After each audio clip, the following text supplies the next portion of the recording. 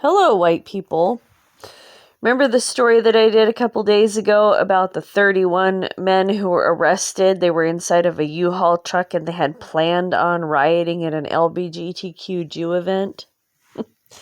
Well, I found another incident where 31 men were accused of lynching a black guy. So this black guy, his name is Willie Earl, and this is a story from 1947. This is what's the website here? africanamerica.org.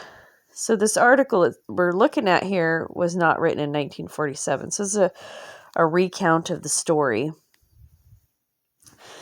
On the night of February 15th, a Greenville, South Carolina taxi driver named Thomas Watson Brown was robbed and then stabbed to death by a passenger. Police thought the passenger was a 24-year-old Negro named Willie Earl. They arrested him and put him in jail at nearby Pickens. In the early morning of February 17th, a mob of white men went to Pickens, got Willie Earl out of jail, and lynched him.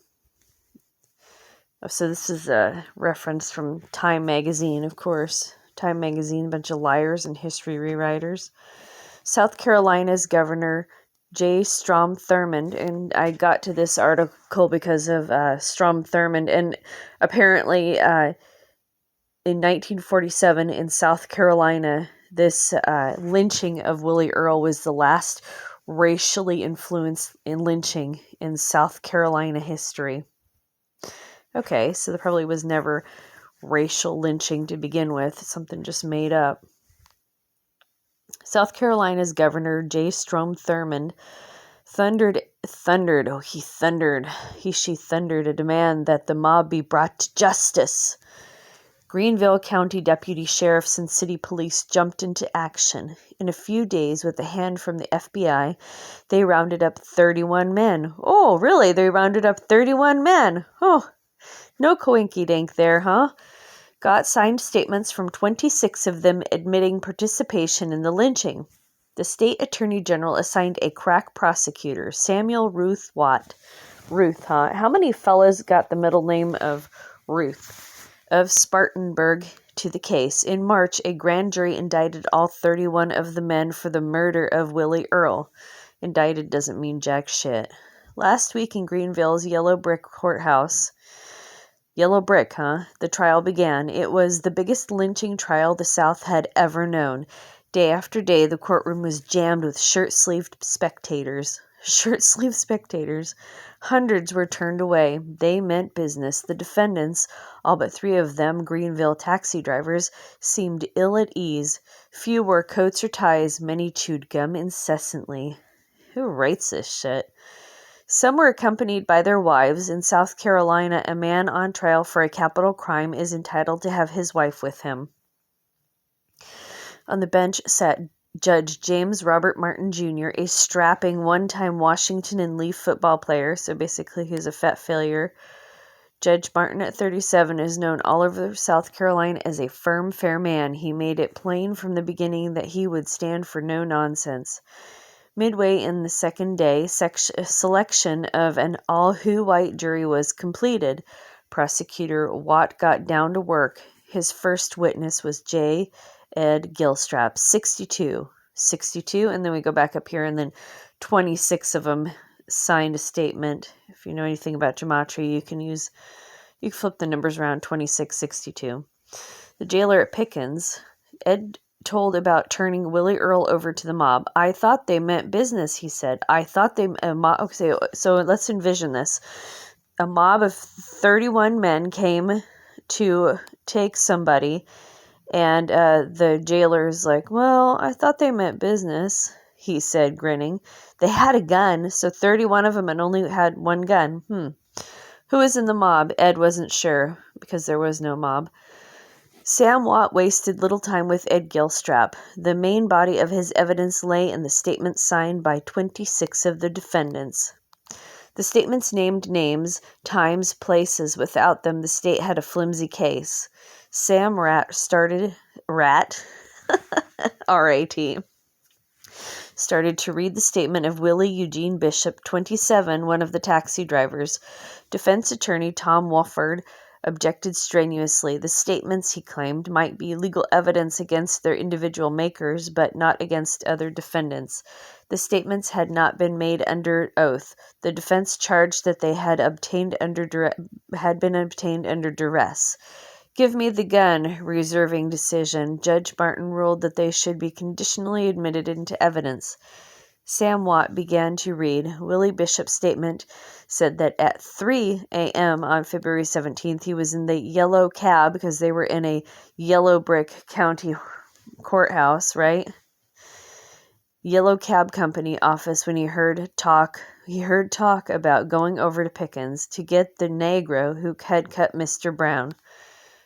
Do you think they referred to each other taxi drivers as Mr. Brown? I doubt it. The drivers bought whiskey, drank a lot of it. Soon a caravan of cabs was on its way to Pickens. So they go and they get drunk on whiskey, and then they decide to snag this dude? Okay. That sounds so silly.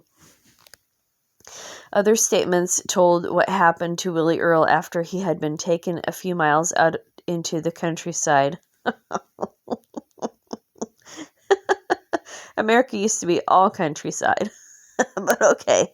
Somebody pulled the negro out of the car by his belt. Okay, imagine that, getting grabbed out of a car by a belt. Okay, by your waist.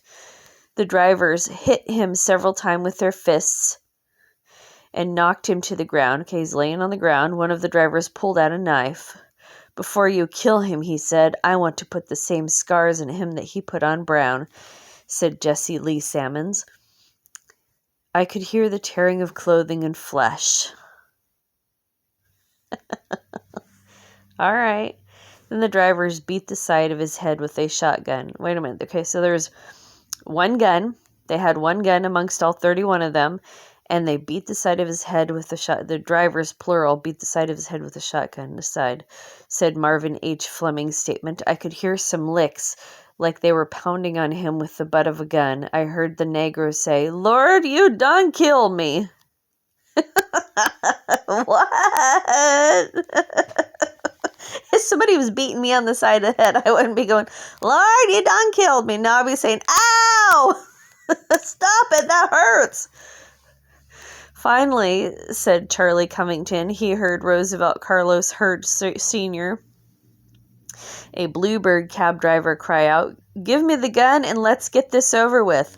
Just then, a tall, slender boy with bushy hair hit the negro in the mouth and knocked him down. They were already beating him on the head, so they just get him right in the face, on the side of the head, and then they get him in the face, get him in the mouth. The negro started to get up. How could he get up after getting punched, stabbed, beaten in the side of the head? Okay, the negro started to get up when Mr. Hurd took the shotgun. He shot the negro in the head. He unloaded the gun and called for more shells. Now, wait a second. I thought he was lynched. And called for more shells. Okay, so single shotgun. Mr. Hurd shot the negro 2 more times. The tissue of Willie Earl's brain was left hanging on the bushes. The lynchers went back to Greenville and drank coffee. Just turned around. In all, 9 defendants named Roosevelt Carlos Hurd as the trigger man. Tough, bespectacled little Mr. Hurd denied that he had shot Willie Earl. Said his account of the lynching, "Somebody fired a gun 2 or 3 times. I don't know who fired the gun. I did not have a gun. When I seen they were going to kill the negro, I just turned around because I did not want to see it happen."